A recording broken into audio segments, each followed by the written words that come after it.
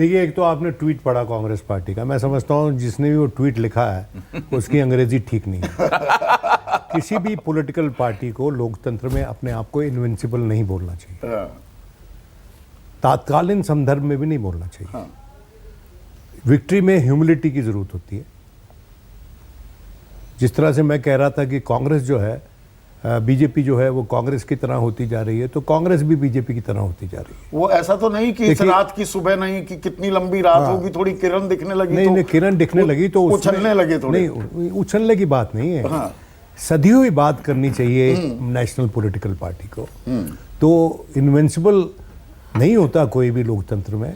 एक दिन, आज के दिन आप विक्टोरियस है, आपको जनता ने चुना है, आप उस बात को सेलिब्रेट करें, क्योंकि आप जनता की चुनिंदा पार्टी हो गए हैं एक बड़ी स्टेट में, वो कि हाईली इंडस्ट्रियलाइज्ड और इस देश का इस इंफॉर्मेशन टेक्नोलॉजी आईटी हब है, और वहाँ लोग पढ़े लिखे भी रहते हैं और वहाँ गरीब लोग भी रहते हैं, वहाँ पर मिली जुली पॉपुलेशन है। और ये जो जीत है कांग्रेस पार्टी के लिए, ये मैं समझता हूँ इसलिए भी सार्थक है, इसलिए भी इम्पॉर्टेंट है कि ऐसी स्टेट में वो जीते हैं जो state development and need of development दोनों को रिप्रेजेंट करती है। दूसरी बात, मैं ये मानता हूँ कि कांग्रेस पार्टी को अब ये तूल देने की कि भी ये हमने अपने हेलीकॉप्टर खड़े कर दिए। देखिए, दे मस्ट बी कॉशियस कि पहले वाला जो वो दूध का जला जो छाछ भी फूक फूक के पीता है, लेकिन छाछ ही पिए भाई, ये हेलीकॉप्टर 10 जगह पे लगाए हैं। अब ये क्या मतलब हुआ? हाँ, मतलब ठीक है कि आप ऑलरेडी आप एक धनवान स्टेट के मालिक हो गए हैं और खर्चा पानी शुरू कर दिया आपने। ये अच्छा नहीं लगता।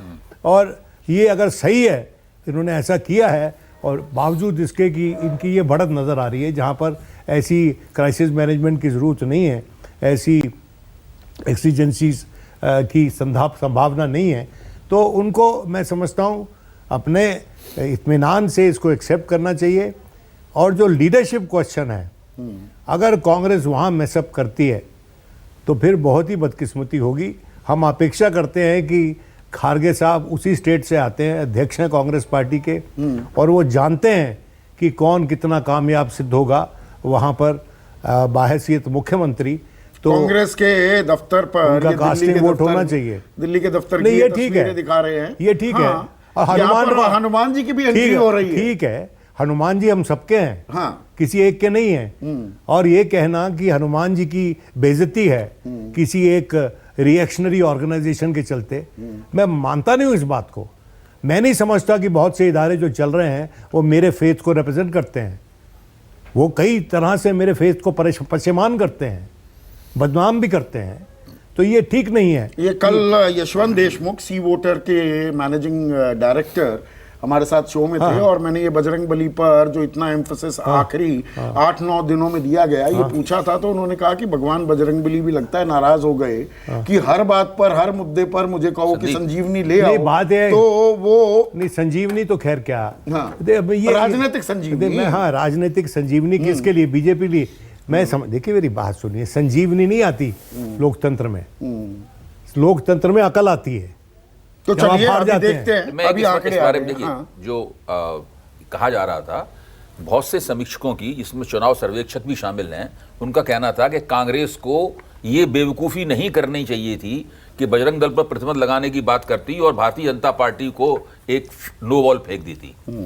मैं इसका खंडन करता हूं। मैं भी करता हूं। मैं ये कहता हूं कि कांग्रेस ने बहुत सोच समझ के, आगा पीछा सोचकर, कर्नाटक की राजनीतिक भूगोल और राजनीतिक इतिहास को ध्यान में रखकर, कर्नाटक में हिंदू कंसोलिडेशन नहीं होता है, ये निर्णय लिया, और ये निर्णय लेने का उसको सीधा सीधा चुनावी फायदा हुआ। और कर्नाटक ओल्ड मैसूर के इलाके में हनुमान नहीं कहा जाता भगवान को, वहां अंजनी कहा जाता। हाँ, ओल्ड मैसूर के इलाके में जो अभूतपूर्व मुस्लिम ध्रुवीकरण दिखाई पड़ता है कांग्रेस के पक्ष में, उसके पीछे ये भी है।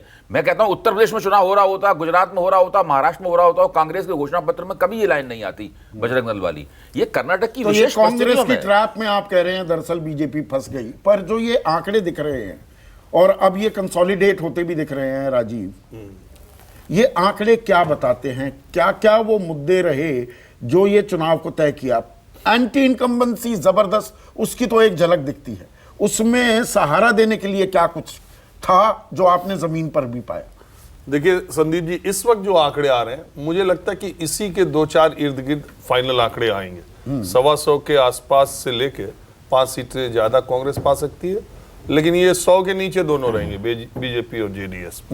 अब जहां तक आपने अभी बजरंग बली की बात हो रही थी, पूरे दुनिया में बजरंग बली यानी पंचमुखी हनुमान की जो मूर्ति है आंजनेय, वो तुमकुर जिले में है, वो भी कर्नाटक में ही आता है। तो जिस दिन ये विवाद हुआ मैं वहीं पहुंच गया कि यहाँ पर सबसे हनुमान भक्त आते हैं पूरे कर्नाटक के, और वहां पर एक सिरे से, हालांकि हिंदी बोलने वाले कम थे, तो हमारा कन्नड़ा ड्राइवर था, तो मैं और लोगों से जो बात किया शायद वो टीवी पे उतना दिखा नहीं पाया, जो लोग हिंदी बोले उसको दिखाया गया। वो एक सिरे से इस बात को खारिज कर रहे थे कि बजरंग दल बजरंग बली नहीं हो सकता, पहली बात, और दूसरी बात, इसको इलेक्शन में ले आकर के बीजेपी ठीक नहीं कर रही है। बजरंग बली कांग्रेस के भी हैं, जेडीएस के भी हैं, और हमारे भी हैं, सबके भी हैं।